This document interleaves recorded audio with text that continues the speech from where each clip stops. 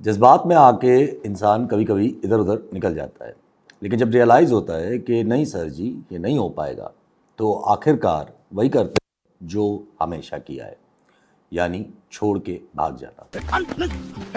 हम बता रहे भैया कि हम पार्टी में हक देंगे। ठीक है तुम पार्टी में हक दो, लेकिन खेत में झाड़ा फिरने नहीं देंगे। IMF ने अपनी 4 सितंबर वाली एग्जीक्यूटिव मीटिंग में भी पाकिस्तान का नाम नहीं डाला है, और अब जो भी हो या जब भी हो उसमें भी नाम आएगा कि नहीं, ये भी एक सवालिया निशान है। पाकिस्तान को कुछ खास परवाह भी नज़र नहीं आ रही मुझे। ये अचानक से ऐसा क्या हुआ है कि पाकिस्तान IMF पे गिव अप कर रहा है, क्योंकि IMF की जो शराइत हैं वो पूरी नहीं हो रही दरअसल पाकिस्तान से। आप देख लो, एक तरफ पाकिस्तान रोल ओवर की डिमांड कर रहा है सऊदी अरब, UAE और चाइना से, क्योंकि IMF ने बोला है रोल ओवर अभी मिला ही नहीं पाकिस्तान को, तो उल्टा पाकिस्तान 1.2 अरब यानी 1.25 अरब दोबारा सऊदी अरब से मांगने लग गया है। ये सऊदी अरब आप पे मेहरबानी क्यों करेगा? कोई समझाए ये बात मुझे। अमेरिकन से कोई आसरा नहीं जब तक इलेक्शंस ना हो जाए वहाँ पर, और सऊदी अरब अमेरिका से कनेक्टेड है। UK से कोई आसरा नहीं, क्योंकि UK की अपनी हाई कमिश्नर जेन मैरियट लगी हुई हैं इमरान खान के हक़ में लॉबिंग करने में। उल्टा UK ने तो तलवार लटकाई हुई है अक्टूबर तक, वही जो इमरान खान साहब का नाम सर्कुलेट किया गया है चांसलर के लिए ऑक्सफोर्ड यूनिवर्सिटी। और मेरा ये बिल्कुल मानना है कि अगर चीज़ें यहाँ नहीं सुधरी तो आप लिख लो खान साहब चांसलर बन भी जाएंगे। लेकिन कुछ बातें ऐसी हुई हैं जैसे ये महसूस हुआ है कि बीच में छोड़ के भागने का मूड नज़र आ रहा है।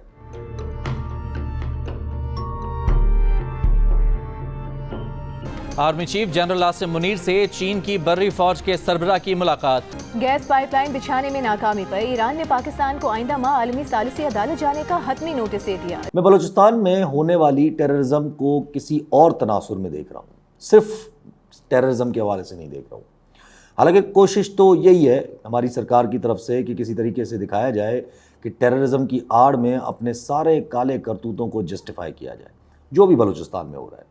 इसीलिए ये हुकूमती वज़ीर, चाहे ख्वाजा आसिफ हों या बुगटी साहब जैसे डमीज़, सब लगे हुए हैं ये तासुब देने में कि बलूचिस्तान में जो भी एहतजाज कर रहा है वो खामोश है, तो इसका मतलब है कि वो टेररिस्ट से मिला हुआ है। सर आप लोग पहले क्लियर तो कर लें कि आप कहना क्या चाहते हैं जब आप कहते हैं कि हम सिर्फ नाराज़ बलूचियों से बात करेंगे लेकिन जो टेररिज्म कर रहे हैं उनसे नहीं। अब यहाँ तक तो मौक़िफ़ ठीक है, नहीं होनी चाहिए टेररिज्म से बात, लेकिन डिफ्रेंशिएट तो कर लें कि नाराज़ कौन है और टेररिस्ट कौन है, और नाराज़ से आपकी मुराद क्या है। अगर इस्लामाबाद को तस्लीम करते हुए जो डॉक्टर मारंग बलोच एहतजाज करने आई थी, और अगर वो नाराज़ बलोच नहीं हैं और वो टेररिस्ट हैं या टेररिज्म को सपोर्ट करती हैं, तो फिर नाराज़ बलोच कौन है? ऐसे हालात में भी बलूचिस्तान के हवाले से अकल का फुकदान है। एक और जहालत देखें, इस लेवल का टेररिस्ट अटैक होता है और हमारे मोहसिन नकवी साहब कहते हैं कि ये एक SHO की मार है। सही कहा साहब, SHO की मार है, लेकिन प्रोसिक्यूट करे, सज़ाएं दे, मिसिंग तो ना करे। अब क्या होगा? अब पूरे बलूचिस्तान को हरास किया जाएगा और बेचारे रोड ना बनाने की वजह से जो लोग एहतजाज कर रहे हैं तो उनको भी टेररिस्ट या टेररिस्ट का हामी बताया जाएगा और 2-4 बंदे दोबारा मिसिंग कर दिए जाएंगे। और मुझे पता है कि अब कोई ना कोई नीचे कमेंट करेगा मेरी वीडियो पे कि अगर टेररिस्ट नहीं तो कंडेम क्यों नहीं किया है डॉक्टर मारंग ने। आप उनको पाकिस्तानी समझें तो सही। पहले हमारे DG ISPR साहब ने अभी रिसेंटली बोला था कि ये एहतजाज कर रहे हैं जो लोग, ये सारे टेररिस्ट के ऑफशूट्स हैं। हमारे यहाँ इन ऑपरेशन से कोई फ़र्क नहीं पड़ता है सर।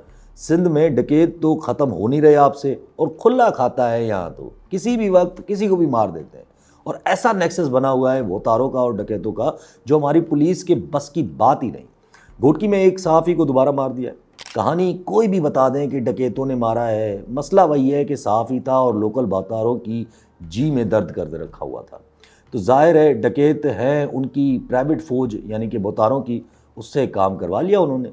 अब इसको आप कोई भी नाम दे दें, लॉलेसनेस इस मुल्क में आग की तरह फैल रही है। लेकिन हमारा इंटरेस्ट डिजिटल दहशतगर्दों में है। मतलब आप सोचें, जो बेचारा 2 लफ्ज़ बोल के आपका मजाक उड़ा रहा है, आप पे तंज कर रहा है, वो उस दहशतगर्द के बराबर है जिसने शनाख्ती कार्ड देख के 23 लोगों को शहीद कर दिया है। अफसोस होता है इस मुल्क के चलाने वालों की सोच पे, और जब अटैक होता है उस अटैक की आड़ में अपने नैरेटिव बनाने की कोशिश की जाती है। इधर मुझे वो फारिस शफ़ी का गाना याद आ रहा है, क्योंकि अगर बलूचिस्तान की तरफ पॉलिसीज चेंज नहीं हुई ना तो मुजफ्फर के भी नेफे में कब से पिस्टल लगी है, गजमफर के भी बिस्तर के नीचे एके पड़ी है। खैर, आप देखें लोग अक्सर बेशतर अमेरिकन कैपिटल बिल्डिंग अटैक को कनेक्ट करते हैं 9 मई से। मेरा सिर्फ एक ही जवाब रहता है उनके लिए कि क्या अमेरिका में पूरी पार्टी के खिलाफ नैरेटिव बनाना शुरू हो गए थे वो? मतलब किसी एक ने भी ऐसा कहा कि सारे रिपब्लिकन इंतशारी हैं और सारी रिपब्लिकन पार्टी ने ये सब कुछ किया है और सब रिपब्लिकन्स को अब पकड़ना शुरू हो जाओ?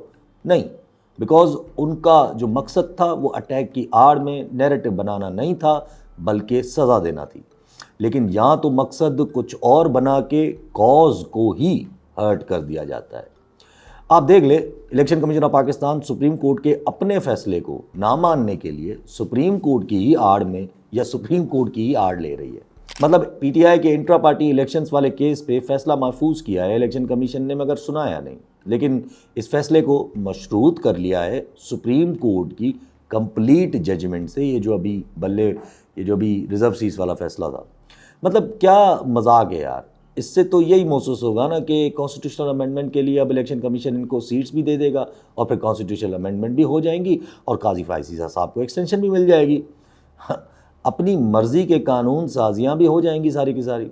मैंने ये लास्ट टाइम भी अर्ज किया था कि नहीं, ऐसा नहीं होगा, क्योंकि अगर नून को या नून लीग को इलेक्शन कमीशन ने सीट्स देनी होती तो कब की दे चुकी होती। इलेक्शन कमीशन ऑफ पाकिस्तान भी किसी और के इशारे का इंतज़ार कर रहा है। अगर इलेक्शन कमीशन ऑफ पाकिस्तान नून सरकार की सुनती तो कब का ये सारी अमेंडमेंट्स हो चुकी होती। ये ऐसी चीज़ है जिसका इम्पैक्ट बहुत लॉन्ग टर्म है और अगर फ्यूचर के 4 चीफ जस्टिस ने जिद पकड़ ली है ना तो नून लीग उल्टा भी लटक जाए तब भी वो कॉन्स्टिट्यूशनल अमेंडमेंट नहीं कर पाएगी। अमेंडमेंट तो खैर मूड भी नहीं था नून लीग का, वो तो बेचारे पैनिक में आके सुसाइड करने के मूड में थे, खास करके जब से अडियाला और बड़ी सरकार के राब्ते बहाल होते हुए नज़र आ रहे हैं। मैंने लास्ट वीडियो में एक्सप्लेन किया था ये सब कुछ, लेकिन ये भी मेरा मुसलसल मानना है कि इस्टेब्लिशमेंट ये नहीं करने देगी, क्योंकि अगर ऐसा किया तो रिज़ल्ट मार्शल लॉ या गैर आइनी सिस्टम में लाना पड़ेगा, जिसकी हिम्मत अभी इस्टेब्लिशमेंट में है ही नहीं। और इस्टेब्लिशमेंट किसी भी हाल में फ्यूचर के 4 चीफ जस्टिस से पंगा नहीं लेना चाहेगी, वो भी नून लीग के लिए। तो फिर अब क्या? जब रिजर्व सीट्स वाला फैसला आया था तब ही मैंने बोला था, तो इसलिए अब आ जाए कि इसकी मंतक क्या हो सकती है।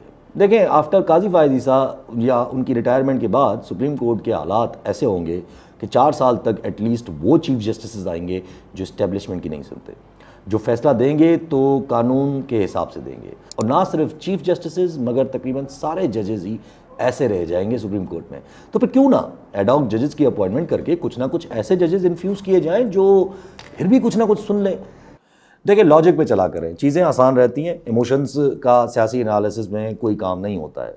मैंने बहुत सोचा था कि इस्टेब्लिशमेंट ये एडॉक जजेस क्यों ला रही है। लोग उस वक्त मुख्तलिफ कॉन्स्पिरेसीज पेश कर रहे थे कि ये हो जाएगा तो वो हो जाएगा। मैंने उसी वक्त कहा था कि मकसद सिर्फ एक ही है कि काजी फायज ईसा साहब की रिटायरमेंट के बाद जो सिनेरियो है वो बहुत ख़तरनाक है और इस्टेब्लिशमेंट की सबसे बड़ी परेशानी ही सिर्फ यही है। बाकी रिजर्व सीट्स किसको मिलेंगी ये सेकेंडरी है। तभी ये एडॉक जजेस को इन्फ्यूज़ करने की कोशिश हुई थी कि किसी तरीके से 3 साल तक 4 जजेस आ जाए, लेकिन प्रेशर में 2 जजेस ने तो मना किया कि और अब ये जो नई कानून साजी जो सामने आ रही है वो मुझे लग रहा है कि शायद पास हो जाए। जो ये बात चल रही है कि जजेस की तादाद बढ़ाई जाएगी, वैसे तो ये ब्लफ भी हो सकता है, कानून साजी दिखाने की कोशिश होती है और फिर असल में कुछ और निकलता है। ये माजी में भी हो चुका है, लेकिन अज्यूम कर लेते हैं कि ये कानून साजी आ रही है जो लॉजिकल भी है कि जजेस की सुप्रीम कोर्ट में तादाद बढ़ाई जाए। वैसे गवर्नमेंट एक और कानून साजी की बात कर रही है जिसका मतन कुछ ऐसे है कि सुप्रीम कोर्ट के फैसलों के खिलाफ नज़रसानी में जिन जजेस ने पहले केस सुना है उससे ज़्यादा जजेस बैठ के नज़रसानी एप्लीकेशन सुने। ये मुमकिन ही नहीं है, क्योंकि सुप्रीम कोर्ट के फैसलों के खिलाफ रिव्यू हो सकता है और रिवीजन सिर्फ वही जजेस या वही जस्टिस करते हैं जिन्होंने पहले केस सुना होता है। Supreme court practice and procedure act के जरिए सरकार ने सुओ मोटो में अपील का हक तो दे दिया था। अब क्या सुप्रीम कोर्ट के हर फैसले के खिलाफ अपील का हक देंगे? क्योंकि अगर रिवीजन भी पहली बेंच से लार्जर बेंच सुनेगी तो वो केस री हेयरिंग में चला जाएगा, विच मीन्स ये रिव्यू नहीं कहलाएगा बल्कि अपील कहलाएगा। और ये करने के लिए इनको सुप्रीम कोर्ट के साथ फिर लड़ाई करनी पड़ जाएगी। और मेरे नज़दीक इस्टेब्लिशमेंट किसी भी मूड में ऐसे नहीं है कि वो सुप्रीम कोर्ट से लड़े। तो मेरे नज़दीक इस कानून साजी में तो कोई इंटरेस्ट नहीं होगा इस्टेब्लिशमेंट को, ये नज़रसानी वाले में। इम्पॉर्टेंट है जजेस का तादाद बढ़ाना, क्योंकि फ्यूचर में जो सुप्रीम कोर्ट के हालात नज़र आ रहे हैं वो बड़े ख़तरनाक हैं, और हो सकता है इस कानून साजी में सारे इकट्ठे भी हो जाएं, JUI हो, PTI हो, सारे। इसलिए अब नंबर बढ़ा दो ताकि जितना हो सके अपने बंदे भर ले। लेकिन ये काम भी उल्टा पड़ सकता है, क्योंकि हमने माजी में भी देखा है कि सुप्रीम कोर्ट का जज बनने के बाद मूड बदलने में देरी नहीं लगती। Justice Mansoor Ali Shah was never a जज जिन्होंने इस्टेब्लिशमेंट के खिलाफ सख्त मौक़िफ़ रखा हो, लेकिन कॉन्स्टिट्यूशनल अमेंडमेंट के सामने सबसे बड़ी दीवार भी अब यही जस्टिस मंसूर अली शाह साहब है। कोशिश करके देख लें, कुछ वक्त के लिए शायद रिलीफ मिल भी जाए, क्योंकि मुद्दा ये नहीं है कि मर्जी के जजेस इस वक्त कोर्ट में नहीं, मुद्दा ये है कि जुडिशरी अब बस हो चुकी है उसकी आपके इन एक्सपेरिमेंट से। खास करके जब आप जुडिशरी को इन एक्सपेरिमेंट्स के लिए सबसे ज़्यादा इस्तेमाल किया गया है माजी में, और ये रिसेंट पास्ट ये जो बल्ले वाली जजमेंट थी।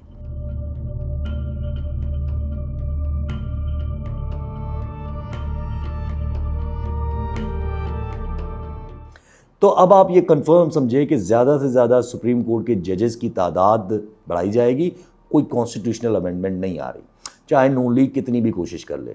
इंतशार से इस्टेब्लिशमेंट अवॉइड कर रही है, क्योंकि अगर इंतशार हुआ तो फजूल में माशाल्लाह लगानी पड़ जाएगी। लेकिन नून लीग को अब इस बात का अंदाज़ा हो चुका है कि खान साहब के साथ बातें बहाल हो चुकी है। आपको कोई भी कुछ भी कह ले इस वक्त इग्नोर करे। ये जो गंडापुर साहब जाके 2-2 ढाई-ढाई घंटे जाके मुलाकात करते हैं खान साहब के साथ, ये क्या बैठ के पार्टी के डिफरेंसेस पे बात करते हैं? ज़ाहिर है प्रॉपर कम्युनिकेशंस बहाल हैं। तो नून लीग का पैनिक समझ आता है, मगर समझ ये नहीं आ रहा कि होगा क्या। बेफिक्र हो जाएं, मेरे नज़दीक सीधा कंसीड हो रहा है और किया जा रहा है। बस आहिस्ता आहिस्ता किया जा रहा है, क्योंकि फेस सेविंग हर किसी को चाहिए होती है। 1-1.5 महीने की बात है, ये तबादले भी अब हो जाएंगे। मैं समझाता हूँ। पीपल्स रिपब्लिकन आर्मी PRA के ग्राउंड फोर्सेस के आर्मी चीफ पहले रशिया जाते हैं, फिर रशिया से पाकिस्तान आते हैं। क्या पैगाम लाए हैं और क्या जवाब दिया गया है हमारी तरफ से? चले छोड़े, ईरान ने अभी तक इसराइल पे अटैक नहीं किया है। किस चीज़ का इंतज़ार है ईरान को?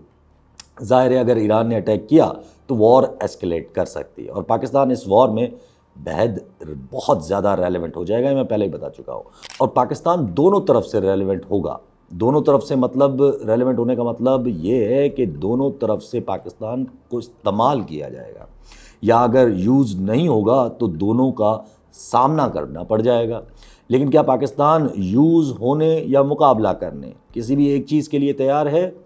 मेरे नज़दीक नहीं, क्योंकि इन ईदर केस को एक political leadership, strong political power, popular support की ज़रूरत है, जो मेजर फैसले ले सके और जो मुश्किल बातें आवाम को हज़म करवा सके।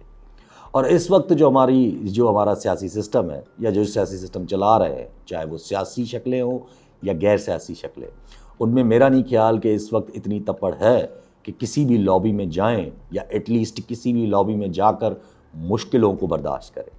अगर पाकिस्तान को इन फेवर ऑफ ईरान या अगेंस्ट ईरान जाना है, तो पाकिस्तान को इंडिया भी उसी लॉबी में चाहिए होगा, जो कि ऑब्वियसली बहुत मुश्किल है। क्योंकि अगर पाकिस्तान अमेरिकन लॉबी में गया और ईरान को इधर से डराने की कोशिश की, तो इंडिया इस चीज़ का फ़ायदा ले सकता है।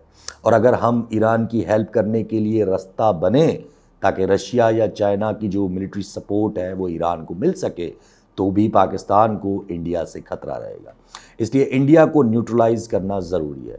इसलिए पाकिस्तान कम अज़ कम जो है वो इस वक्त इंडिया को फ्रेंडली हाथ बढ़ा रहा है या दिखा रहा है। But can you trust India? No, at least जब तक वहाँ मोदी है। हम कितना भी मोदी को गुडविल जेस्चर के लिए रास्ता दे दें अपनी फ़िज़ाई हुदूद का, इससे कोई फ़र्क नहीं पड़ेगा। इंडिया को प्रेशर में लाने की कोशिश की हुई है बल्कि अमेरिका ने, अनटिल अनलेस हम कश्मीर वाला मसला सेटल नहीं होता तब तक तो हम इंडिया के साथ भूल जाएं अपने हालात नॉर्मल होना। लेकिन कश्मीर का मसला सेटल करने के लिए आपको अगेन एक स्ट्रॉन्ग विल चाहिए पाकिस्तान में, या स्ट्रॉन्ग पॉपुलर फेस चाहिए, जो अवामी सपोर्ट के अलावा इस वक्त तो ऑब्वियसली इम्पॉसिबल है। और अमेरिका पाकिस्तान को तो प्रेशर में ला सकता है, इंडिया को लाना अमेरिका के लिए भी इतना सिंपल नहीं है, because India is too big of a fish now. तो इसका मतलब जब तक हमारे इंडिया के साथ सेटिंग नहीं हो जाती तब तक, या सेटिंग नहीं बनती तब तक हम इस वॉर में हिस्सा नहीं डाल सकते। अभी इसी तनासुर में मैं बलूचिस्तान में जो हुआ है, जो हालत है इस वक्त अटैक्स की, इसको देखूंगा। जिस दिन चाइना के आर्मी चीफ हमारे आर्मी चीफ से मुलाकात करने आते हैं पाकिस्तान, उसी दिन पाकिस्तान में बलूचिस्तान में ये डेडली अटैक्स शुरू हो जाते हैं। और उसी दिन चाइना पाकिस्तान को बलूचिस्तान में टेररिज्म के खिलाफ करने के लिए मिलिट्री सपोर्ट भी ऑफ़र कर देता है। बलूचिस्तान का बॉर्डर ईरान से कनेक्टेड है और बलूचिस्तान में चाइना का बहुत बड़ा स्टेक है। चाइनीज़ आर्मी चीफ पाकिस्तान आया हुआ था, वो भी मॉस्को से होता हुआ, और ईरान को डिफेंस के लिए रशिया की ही मदद चाहिए अगर काम आगे बढ़ाना है, खास करके ईरान ने। समझ आ रहा है? कुछ नहीं आ रहा ना? मारो हमको जिंदा मत छोड़ो सालो। हम कोई मंदिर का घंटा है कि कोई भी आके बजा जाता है। आसान अल्फाज में वक्त आ रहा है कि जहां पाकिस्तान अब दोनों तरफ से प्रेशर में आने जा रहा है कि कम से कम एक को चूज़ कर ले। वन के ईरान बोलेगा कि साथ दो, रूट बनो हमारे लिए, एटलीस्ट अगर जंगी मदद ना भी दो। और जैसे ही चाइना के आर्मी चीफ वापस जाते हैं, अगले दिन ईरान धमकी दे रहा है कि सितंबर में हम आलमी अदालत में पाकिस्तान के खिलाफ केस करेंगे कि उन्होंने ईरान गैस पाइपलाइन पे अमल दरामद क्यों नहीं किया है। दूसरी तरफ अमेरिका के सैंक्शंस की तलवार लटकी हुई है, IMF की दूरियां हमारे सामने हैं, और सोने पे सुहागा आपके मुल्क की हालात जो किसी भी वक्त एक लावा की तरह फट सकते हैं। फिर डालते रहे इल्ज़ाम अमेरिका पे बांग्लादेश की तरह कि उन्होंने आपके मुल्क में ये खाना जंगी की है, उससे कोई फ़र्क नहीं पड़ेगा। और अगर अमेरिका का साथ दे के आप ईरान से पंगा लोगे, फिर चाइना ने आपको अलविदा कह देना है, इंडिया आपका अगेन जीना आराम कर देगा, और हो सकता है आप ईरान से दोबारा प्रॉक्सी वॉर में भी इन्वॉल्व हो जाएं। और आप ये लिख लो, ईरान से अगर आप प्रॉक्सी वॉर में इन्वॉल्व हुए तो आप नहीं जीत सकते उससे। आपके मुल्क में बहुत पेनिट्रेशन की हुई है ईरान ने, जैसे सऊदी अरब ने की हुई है। और अगर ईरान का साथ दिया और रूट का किरदार अदा किया तो अगेन इंडिया अजाब बना देगा, और इस सिनेरियो में तो अमेरिका भी शायद इंडिया के साथ ही खड़ा रहे। तो अब आप मुझे बताएं, अगर कंसर्न अब भी PTI है तो मार्शल लॉ लगा दें भाई। तो मजबूरी में जहाँ से डॉलर ज़्यादा आए वहाँ से एंडोर्समेंट ले लें, चाहे चाइना, रशिया, ईरान हो, या अमेरिका, इसराइल और सऊदी अरबिया। लेकिन अगर जंग नहीं लगी या इतने डॉलर नहीं आए तो उस सूरत में अवाम में अंदर जो आग उठेगी उसकी जिम्मेदारी भी आपको ही लेनी पड़ेगी, जो मार्शल लॉ लगाएगा। और अगर नहीं तो चुपचाप करके आहिस्ता आहिस्ता करके साइड पे हो जाएं।